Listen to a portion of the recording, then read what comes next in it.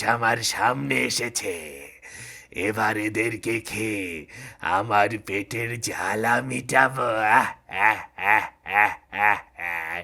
উয়াহ, আহ, আহ, আহ, আহ। দয়া করে আমাদেরকে সাহায্য করুন, আমরা মস্ত বড় বিপদে পড়েছি। আমাদেরকে এই কুয়ো থেকে বের হওয়ার ব্যবস্থা করুন।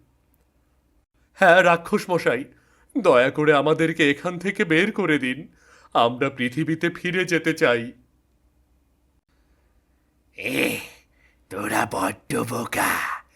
এই কুয়ো থেকে বের হওয়া যায় না। তবে আমি খুব দয়ালু মানুষ। তোদের মধ্যে যে কোনো একজনকে আমি ছেড়ে দেব, কথা দিলাম।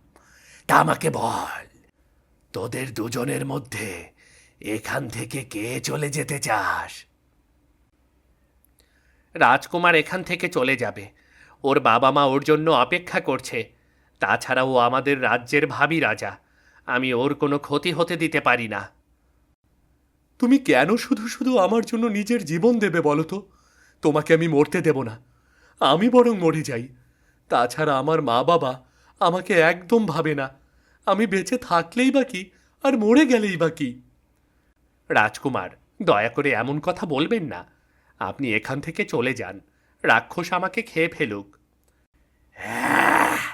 শান্ত হ। কথা বলতে বলতে কানের পোকা নাড়িয়ে ফেলেছিস। শোন, এখান থেকে যে কোনো একজন বের হতে পারবি।